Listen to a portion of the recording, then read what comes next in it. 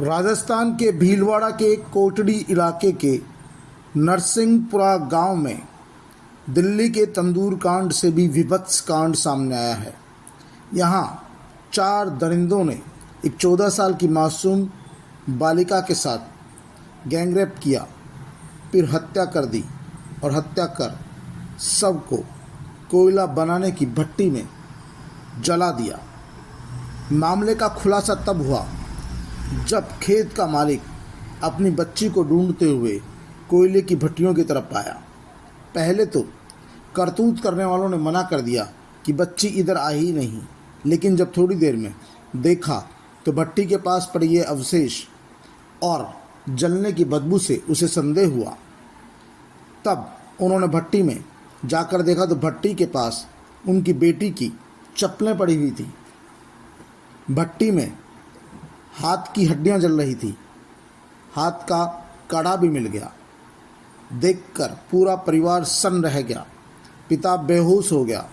आसपास के लोग आए और उन्होंने जलती हुई भट्टी से मासूम बच्ची के अवशेष निकाले। ये अवशेष उसी भट्टी से निकाले गए हैं जिसमें हाथ का चांदी का कड़ा है। कुछ हड्डियां जो नहीं जल सकी वो है जिनके द्वारा परिजनों ने अपनी बेटी की पहचान की। इन्हीं अवशेषों के आधार पर डीएनए टेस्ट होगा और टेस्ट के आधार पर उन दरिंदों को फांसी की सज़ा की मांग उठ रही है। आखिरकार खेत मालिक ने कुछ लोगों को कोयला की भट्टियां चलाने के लिए अपना खेत किराए पर दिया था, लेकिन उसे क्या पता था कि वही दरिंदे उसकी बेटी की हत्या कर उसे जिंदा जला देंगे। कोयले की भट्टी की राख में अपनी बहन के अवशेषों को ढूंढता ये युवक फपक रहा है।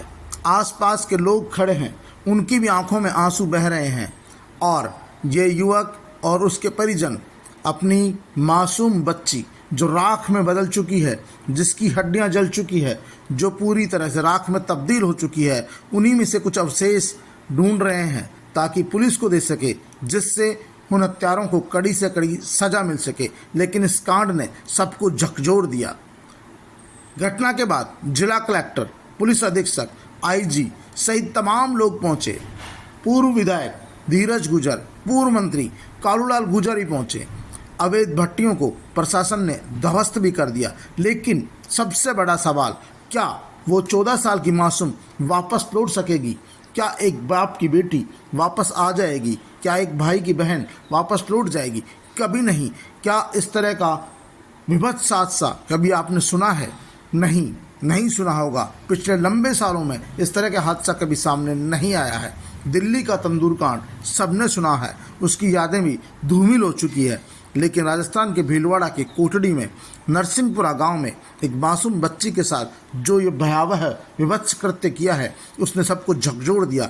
इंसानियत शर्मसार हो गई, मानवता शर्मसार हो गई। लोग सोचने को मजबूर हो गए कि आखिरकार कोई इतना विभत्स कांड कैसे कर सकता है? कोई एक मासूम बच्ची के साथ दुष्कर्म के बाद हत्या कर उसे जिंदा कैसे जला सकता है?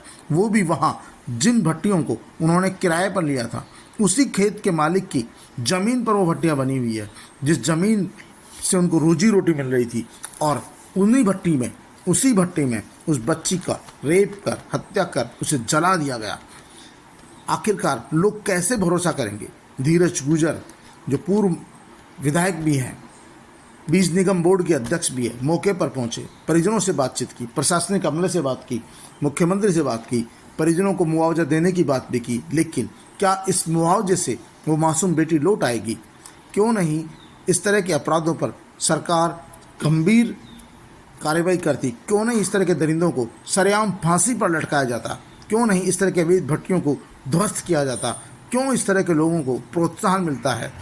अब अवशेष बचे इन मानव अंगों का डीएनए परीक्षण होगा। इस परीक्षण के बाद ही पता लग सकेगा कि क्या ये हड्डियाँ उसी मासूम की है जो कुछ समय पहले वहाँ पर बकरियाँ चराने आई थी। क्योंकि परिवार की माली हालत ऐसी नहीं थी कि वो पढ़ सके, इसीलिए बकरियाँ चराकर गुजारा करते थे। पूरा परिवार बकरियां चराकर ही गुजारा करते थे। वो 14 साल की मासूम भी पहली बार बकरियां चराने आई थी, अपने ही खेत में चराने आई थी, लेकिन उसे क्या पता था कि उसके खेत पर जो लोग बैठे हैं, जिन लोगों ने कोयला बनाने के लिए ज़मीन किराए पर ली है, वो ही उसके साथ इतना जघन्य अपराध करेंगे, वो ही उसके मौत के घाट उतार देंगे। इस कांड ने, इस अग्निकांड ने सबको झकझोर कर रख दिया, सोचने पर मजबूर कर दिया। क्यों नहीं इस तरह के दरिंदों को सरेआम फांसी दी जाए। पूरे लोगों में, सर्व समाज के लोगों में, सभी लोगों में इस कांड को लेकर भारी आक्रोश और गुस्सा है। जिसने भी इस कांड के बारे में सुना है उसके मुंह से एक ही निकलता है, ऐसे दरिंदों को सरेआम फांसी पर लटकाया जाए। उन पर रहम करने की ज़रूरत नहीं है। कानून और सरकार इस मामले को फास्ट ट्रैक कोर्ट में लेके जाए, जितना जल्दी हो सके पीड़ितों को न्याय मिले और इन दरिंदों को फांसी पर लटकाया जाए, जिससे आम लोगों में ये मैसेज जाए, इस तरह के दरिंदों में ये डर बैठे कि कभी भी इस तरह का कांड होगा तो उन्हें फांसी मिलेगी। आखिरकार पुलिस ने, प्रशासन ने इनकी अवैध भट्टियों पर बुलडोजर तो चला दिया, लेकिन वो मासूम अब कभी लौट कर नहीं आएगी जो बकरियां चराने आई थी अपने परिवार के लिए, अपने परिवार के लिए। मृतका का भाई बोला, मेरी बहन सुबह 8 बजे बकरियां चराने गई थी, हंसती खेलती गई थी। दोपहर 3 बजे तक बकरियां तो लौट गई, लेकिन बहन नहीं आई। हमने चारों तरफ देखा, रिश्तेदारों के, भाई बंधुओं के, बहन नहीं मिली। रात ढूंढते हुए खेत पर गए, जहां कुछ कालबेलियों ने डेरे बना रखे थे। पूछा तो बोले वह बकरियों के साथ आई थी, चली गई। इतने में बहन की चप्पल पड़ी दिखाई दी। अनहोनी की आशंका के चलते इधर उधर दौड़े। खेत पर कालबेलियों ने कोयला बनाने की भट्टियां बना रखी थी। वहाँ एक भट्टी चालू थी, बाकी भट्टियां बंद थी। उस भट्टी में मानव अंग जलने की बदबू आ रही थी। यही बदबू और यही दुर्गंध ने तुरंत हत्यारों तक पहुंचाने का काम किया। भाई की आशंका सही निकली। वो जलती हुई भट्टी के पास गया, देखा तो भट्टी के बाहर उसकी बहन की चप्पलें पड़ी थी और मानव अंग जल रहे थे। उनमें से एक हाथ जलते हुए बाहर निकल गया। उसका शक पक्का हो गया। थोड़ी देर बाद में उसने लकड़ी से उस जलते हुए अंगेरों को देखा तो उसमें बहन के अन्य अंग भी निकले और चांदी का कड़ा भी निकल गया। बस उसका शक पुख्ता हो गया और पूरे मामले का खुलासा हो गया। पुलिस ने 4 लोगों को गिरफ्तार कर लिया। लेकिन जिसने भी इस कांड के बारे में सुना है, मानवता, इंसानियत शर्मसार हो गई। उन्हें लगता है इस दुनिया में इस तरह का अपराध करने वाले लोग भी इस धरती पर है। ऐसे लोगों को सरेआम फांसी पर लटका कर मार देना चाहिए, जिससे कोई इस तरह की गुस्ताखी नहीं करे। सरकार भी इस मामले में मुआवजा भी देगी, परिवार को आर्थिक मदद भी करेगी। विपक्ष हो हल्ला भी मचाएगा, लेकिन क्या वो मासूम फिर से लौट पाएगी? क्या उसका बचपन लौट पाएगा? नहीं। ऐसे लोगों को सज़ा ज़रूर मिलनी चाहिए।